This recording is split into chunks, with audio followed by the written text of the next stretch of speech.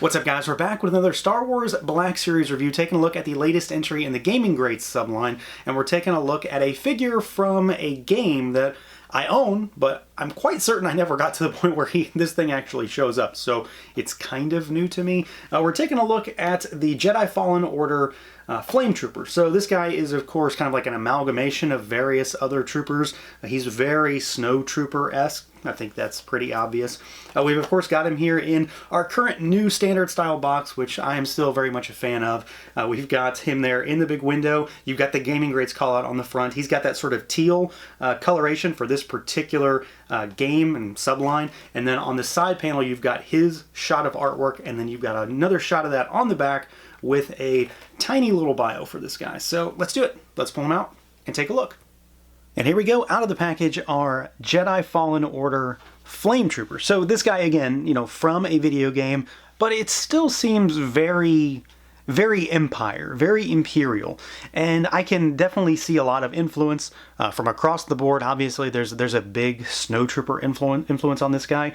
And really, this is one of those figures that's kind of like, it's all about the appearance, because it really doesn't do a whole lot. And this is one of those things where Black Series shows just how little you can get sometimes, despite this guy being more expensive and being an exclusive for really no discernible reason whatsoever. So there's some good with this guy, but there's also, I don't know if it's bad, but maybe slightly frustrating. So let's see what he can do, see how he moves around. He is limited, to say the least. You've got a head that really cannot do anything except swivel, and he can't even really go all the way. Like, that's as far as it goes before it really starts giving you resistance. And, I mean, it's fine. It's not like he needs to go any further than that, but, you know, we gotta do it. Arms go out at the shoulders. They, of course, rotate. There is no butterfly joint in there that I can tell. Not that it would matter anyway, because he's got a piece of armor, so that's probably why. We've got one of the sort of deeper cut single jointed elbows and rotation there. And then you've got lateral hinges and rotation for the wrist on his left, your right. And then on his right, your left, it is a vertical, which is going to be good because this is where he holds the gun. We've got a torso, a diaphragm cut, so he goes backwards slightly, forward slightly, tilts slightly. But it does work as far as full rotation. Legs go out about that far. I mean, he's got the skirt piece, so it really is going to hinder you quite a bit. He kicks forward about that far. Nothing backwards really to speak of. It does move, but again, the skirt's going to stop it right away. You've got your thigh cut up there. Double jointed knees, but, you know, that. So it's not really going to do much there either. And then you've got nothing at the boot. You've got rocker, which is really good. It gets up over the lip of those boots really well. And then you've got hinges, mostly back. It doesn't go forward too far, though. So, like I said, he is really limited. He's basically going to be a trooper that just sort of stands there and holds his gun. He's going to be one of those kind of figures, or you can get him into a walking pose, a slight running pose. He's easy enough to get posed with his gun and just sort of have him standing there looking sort of menacing and ominous, but he's definitely kind of limited when it comes to anything that I would call dynamic. But like I said, he is one of those figures that ultimately it kind of comes down to just, do you like the way this guy looks?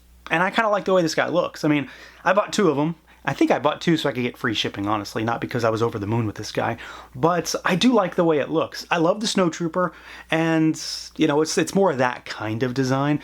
And I really do like this guy. I think he looks good. There's enough that's unique about him that he's going to stand out amongst other Imperials, obviously amongst Stormtroopers for sure, which is probably what you're going to put him with, is other Stormtrooper kind of figures. So you've got, you know, very Snowtrooper kind of armor. You've got the little red insignias there on him. He does have varying shades of like white and cream. He's basically just, you know, that. He's exactly what you think he's going to be when I say that he's very Snowtrooper influenced, is that he is various shades of white and off-white, and that's pretty much it. He does have a lot in terms of detail, though, so there's, you know, a little detailing on the shoulder pads. You've got varying finishes, so he's got like fabric here, he's got armor plating here, fabric gauntlets, and then you've got sort of the armor plating on the wrists as well. We've got the belt and the crotch piece, big old cod piece on this guy, some pouches. Of course, you've got the rubbery, pliable skirt piece. I kind of wish this was a soft goods piece, especially for this guy being so expensive. I mean, he's not super expensive, but I don't know where the extra money on this guy's really going. It would have been nice to get something that's just a little bit more free-flowing than this, because it really does get in the way. but I do like the way he looks. You know, there's even texture to his pants. You might be able to see that, but you can feel it. There's kind of like a weave pattern on his pants. He does have a little bit of paint on him, but for the most part, this guy really doesn't have a lot of paint. He is he's very just like varying shades of molded plastic, which in many instances is fine, and it does work here because, of course, it's just white on different white on another kind of white. He does have his backpack, which has a little splash of color, so you've got kind of like a burnt orange almost, same that goes around the stripe of the helmet with a little bits and bobs and, you know, kind of greebling texture detail. He does have the little tube for his flamethrower, which I'm not too jazzed about this, because if you don't want to display him with the gun for whatever reason, if you need him to not have the gun in your display or in a shot, this is going to be on him.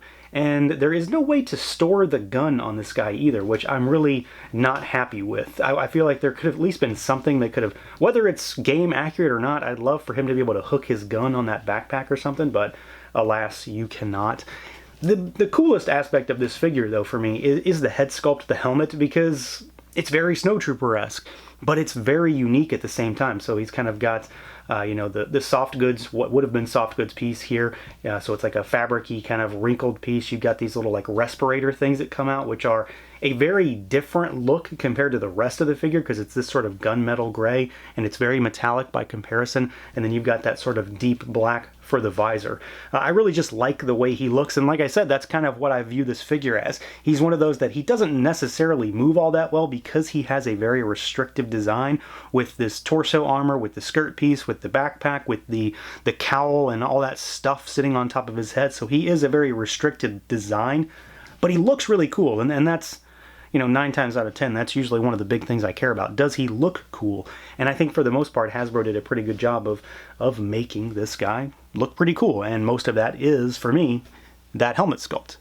And then as far as accessories goes, you know, this is the one area where I feel like for a figure that is more expensive just because he happens to be an exclusive. You know, we're in that state of the toy game where he's an exclusive, which means we have to charge more for really no discernible reason. This guy only comes with one accessory. He comes with, however, a really cool looking flamethrower weapon. I mean, it's massive. It does have some paint on it. I say that like, you know, it's surprising, and it kind of is. There is a little shock of like red-orange paint at the end, but he does not come with an effect piece. And I really wish he came with an effect piece. I mean, I know if you're like me, you're likely going to have a handful of flame effects. You know, you've got, you know, Boba Fett's with the flame effects. You've got however many different lines that have them, or you've got custom pieces where you can make it work. But for a figure that was like $26 and change, it would have been nice to have gotten a flame effect. However, I do have a bunch that do work, and like, you know, this one right here, this is the one, this is from Mythic Legions actually, but that works really nicely. So, you know, just sort of shove a flame effect onto the end of this thing and you're in business. Well, maybe not like that, but you know what I mean. So you've got the little tube that goes into this, there's a port at the end of the grip on the gun. I did have to fight with that to get it in there, but once I got it in once, it sort of narrowed the tip on that tube and it made it work just fine otherwise. So I do like the sculpt on the gun. It's really big. It's kind of menacing. It does have a little bit of paint on it. It doesn't, however, come with an effect piece, which I do think is definitely a bit of a bummer, mostly again because of the cost, but because he's a flame trooper, and if you don't have any effect pieces, well, your flame trooper simply won't flame. So yeah, this guy's pretty good, but he's not without his issues, obviously. I mean, I think I've made that kind of clear. He's one of those figures that's going to look cool just sort of standing there holding his gun on your shelf, frankly.